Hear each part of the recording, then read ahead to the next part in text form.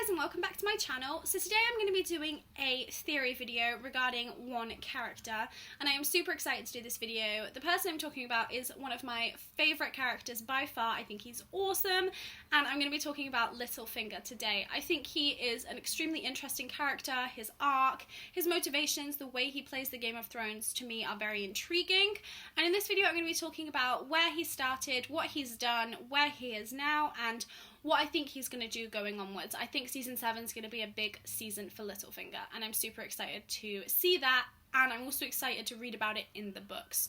So let's just jump right in. If you do like this video, give it a thumbs up and subscribe, and as always, if you have any questions, comments, requests, do comment below and I will get back to you. Okay, so how did Littlefinger start off? He started off very poor. As we know, he grew up in a place of kind of non-reputation in the Fingers. He was very poor, had little going for him. His parents really weren't around very much, and he managed to climb himself out of that through a various amount of means. We heard Sansa recounting his history that her mother told her. He turned up at Riverrun at the age of 8 with a very few possessions on him, looking to kind of make his way. He fought for Cat at Riverrun and lost. He still holds the scar from chin to stomach that Brandon placed on him, and he said that that's always been a reminder of kind of what he needs to do to excel his own ambition. So I think it's really interesting to see how far he has come. He started off as a brothel keeper. For him, I think that was purely a quick way to make money.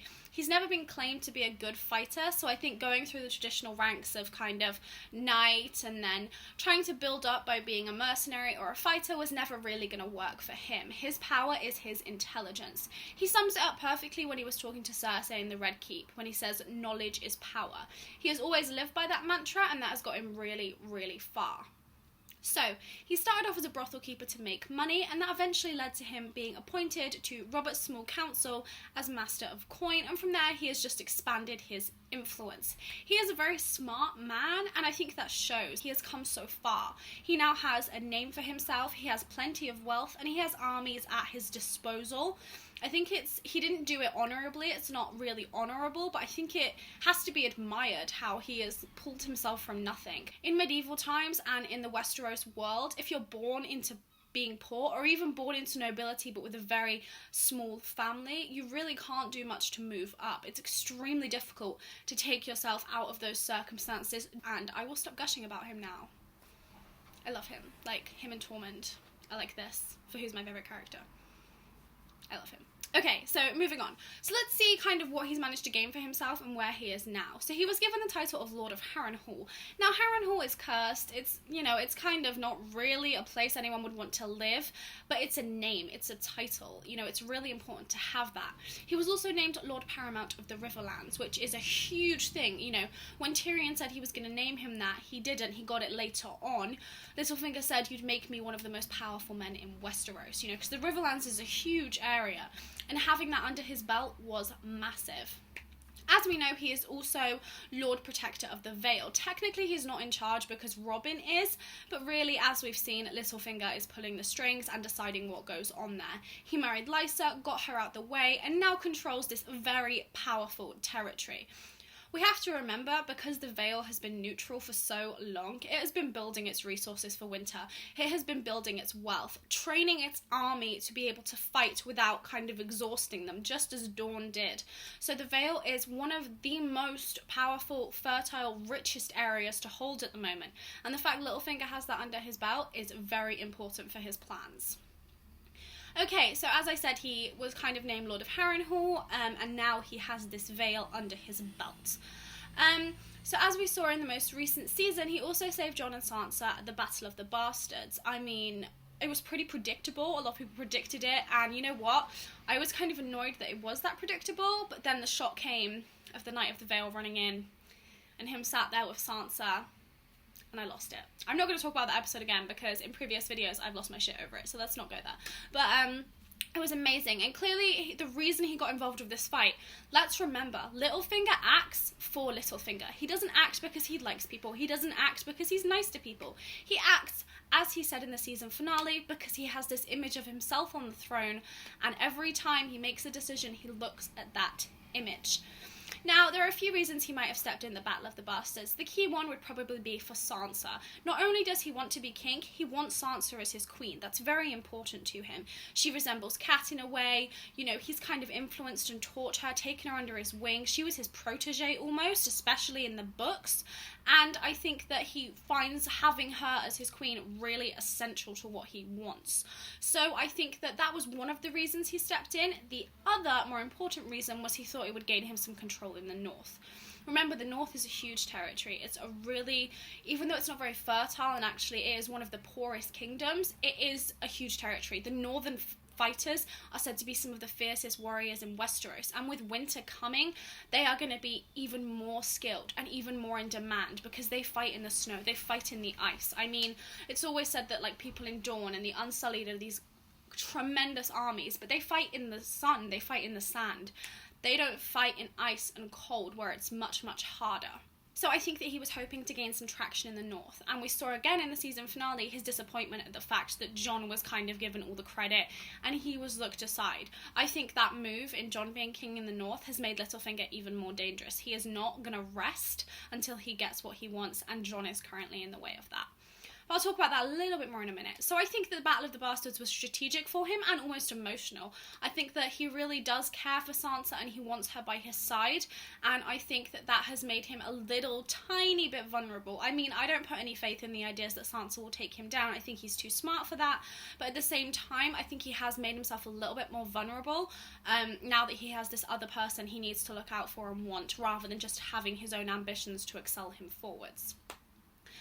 Okay, so he is in a very kind of weirdly strong position. Again, he has the Vale, which is really key. He's still Lord of Harrenhal, which means technically he could make a claim on Riverrun.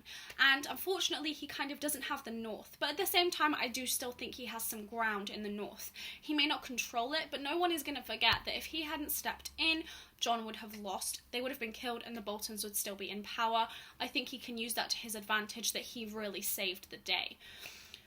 Okay, so let's talk a little bit about kind of what he's done in the past. I know I've talked about kind of the recent season and how he's been excelling, but I want to talk a little bit about what he's done because I think that is really important going forwards. Okay, so as we know, he started off everything. He was the person who encouraged Lysa to poison Jon Arryn and then send a letter to Cat telling her it was the Starks.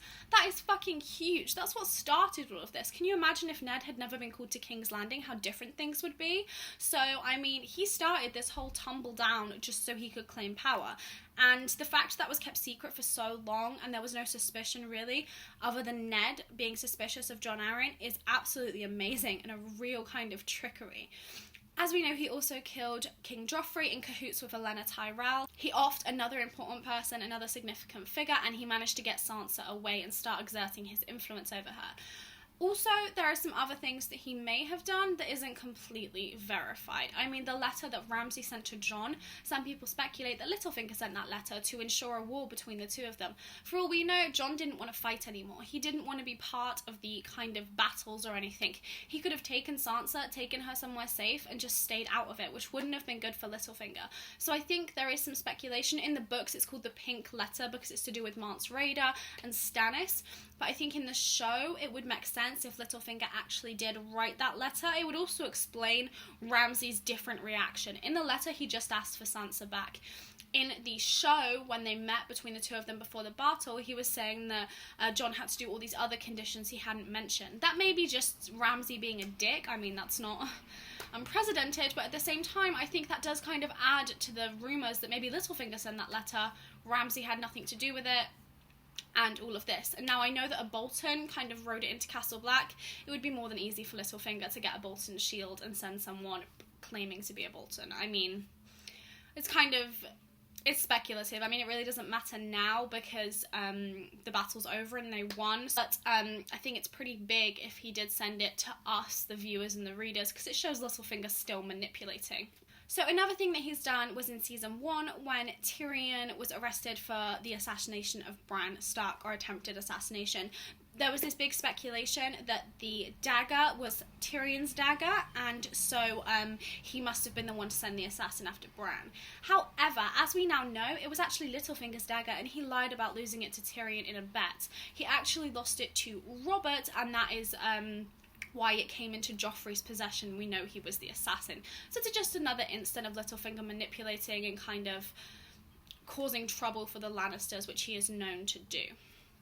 Okay, as we know, he also betrayed Ned Stark. If Littlefinger hadn't turned on him, more than likely Ned would have actually achieved his idea to lock up Cersei and her incest children. Incest children. Is that what I'm calling them now? Children of incest. That sounds better. But yeah, basically he betrayed Ned Stark. Huge thing, ultimately led to Ned Stark's death. Also, there are some things in the books that haven't actually been spoken about in the show that, again, really show his manipulative nature. In the books, he flooded the Kingsguard and various high positions, such as Keeper of the Scales, Keeper of the Keys, with his own men. In the books, there are two brothers called the Kettleblacks, who are members of the Kingsguard, and they become embroiled in relationships with Cersei. They are actually under Littlefinger's payroll. Cersei believes they are under hers. So it just shows his further manipulation, keeping spies around, making sure he has eyes everywhere. And also flooding men into important positions just shows further exertion of influence. Then in the books as well, the dwarf show at the Purple Wedding, Littlefinger actually arranged that. I think it was either he arranged it or put the idea in Joffrey's head. I can't really remember which one. But basically, he arranged that to make things look tense between Tyrion and Joffrey before Joffrey's murder. So Cersei's suspicions with the whole Tyrion-Joffrey kind of angst before he died would immediately fall to her little brother. I mean, if you can imagine, if there had been no issue between Tyrion and Joffrey just got poisoned and Tyrion hadn't kind of spoken to him, who would the suspicion have fallen on? It just shows Littlefinger again at trying to make cracks between the Lannisters, and I think it's pretty amazing how we see how far he's going, how he really got a foot in everywhere to kind of slowly destroy the crown and slowly destroy his enemies. Okay, so we know Littlefinger holds the Vale, that's key. However, he needs to exert his influence further, and he could make a claim for the Riverlands as Lord of Harrenhal. This is especially important now that the Freys are gone. I guess currently the Lannisters hold Riverrun in the Riverlands. However, it's very atypical for a family to hold a territory when they don't live there and they've never kind of been part of its history. I mean, the Lannisters are in the Rock, they've never really had a foothold in the Riverlands. So Littlefinger could make that claim based on the fact he's Lord of Harrenhal. If he somehow manages to marry Sansa, that would only strengthen his claim because of Sansa's Tully heritage. So technically, he could make a bid for the Riverlands. He is very rich, he's very kind of wealthy. Remember, the Riverlands was mostly affected by the war. It was devastated by fires, raping, pillaging, sacking. So I think Littlefinger, if he were to sweep in, make a claim with promises to rebuild the Riverlands, the common folk and the nobles would probably be very accepting of him, especially if you factor in Sansa. If he marries her, that shores up his claim even further. Okay, also he needs to get a hold on the north. We thought he would get that from the Battle of the Bastards, however that has not happened. However, Jon is a very honourable person. Jon is currently king in the north, and Jon knows where he has his debts. He currently has a debt to Littlefinger. So I think Littlefinger is going to be able to exert some influence, as I said earlier, with him kind of saying, you know, it was me who saved everyone, not Jon. And if he does marry Sansa again, that makes him able to make a really true claim on the north. I mean, Sansa is technically the heir to Winterfell, not Jon. He is a bastard. However, if Sansa were to marry Littlefinger, that would technically make him the Lord of Winterfell, because he has taken the highest born child.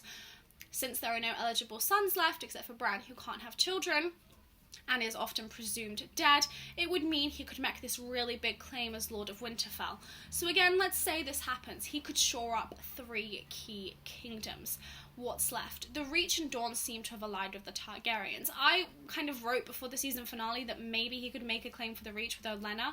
However, I think that's highly unlikely now because they've shored up with the Targaryens and because a lot of their heirs are dead and Tyrell is becoming more and more extinct. I'm guessing it will be someone like Tarly, Redwayne, someone like that who will end up with control of the Reach. But anyway, Littlefinger clearly can't really make a claim for the Reach anymore. He never would have been able to make a claim in Dorne. He's probably not very well known there, and they've always kind of done things their own way.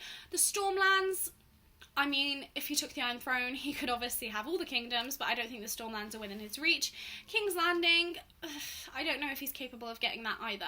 So at the moment, just looking at it tactically, I mean, he has the Vale. He could make a claim for the Riverlands. The North, I think, has slipped out of his grasp a little bit. Again, before I saw the season finale, I kind of wrote about how maybe Littlefinger could make that claim with Sansa, but with Jon being claimed king in the North, I think he's really going to struggle. Still, having the Vale is key, and if he gets the Riverlands, that is huge. The Riverlands is a big territory, very fertile, full of noble houses that he could really use backing him. So I think Littlefinger is going to try and extend his territory in season 7, but I think his key storyline is going to be making that play for Sansa, and he's going to be very kind of northern oriented at the moment. I mean, we can see he's not happy with Jon as king in the North. We saw that when he wasn't cheering for him, so how may that turn out? It might be that he tries to have Jon assassinated. We know he's done that before with both Jon Arryn and Joffrey. Could happen, but again, I don't know whether he'll go for the same trick again. His big thing is that you should always confuse your enemies. I'm guessing he considers Jon an enemy. So maybe he could try and marry Sansa and make that claim for Winterfell. There are many different ways he could go about it, but I think a key thing he's going to be focused on next season is Sansa. I mean, Littlefinger wants to sit on the Iron Throne. He wants Sansa by his side. That is really important to him. So I think he's going to try and make a claim, possibly by calling in the fact to Jon that he saved him at the Battle of the Bastards, and thus he wants Sansa as like his payment. Maybe he'll try and influence Sansa again, but he did try that in the season finale and she shot him down. So I don't know how he's going to go about it. I mean, Sansa is currently under Jon's protection. She's much safer than she was under Ramsay's protection, if you could call it that. But she is in a much safer position than when Littlefinger had his grip on her. So I think he's going to struggle, but I think he will find a way. I think we should never underestimate him. I mean, he is this hugely manipulative person, very powerful. There are a couple of quotes about him that I'd like to tell you about that really speak to his character. As we know, Varys said he'd burn down the world to be king of the ashes. He wants to be king. That's his end motive. He has this ruthlessness of ambition, and that's what he wants.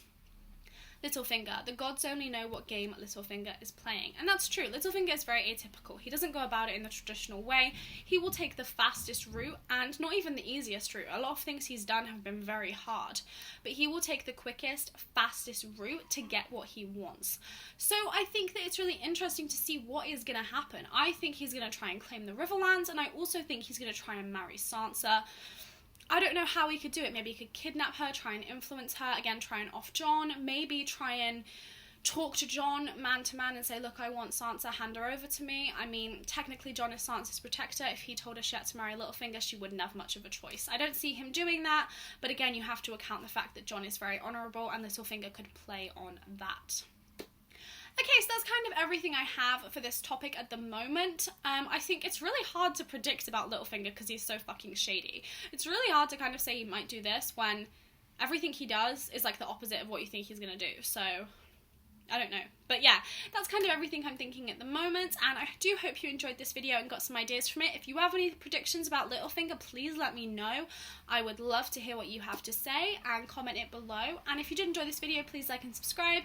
I will be back soon. I'm not sure with what video yet, but I will be back within the next week maybe. Okay, so I'll see you soon, guys. Bye!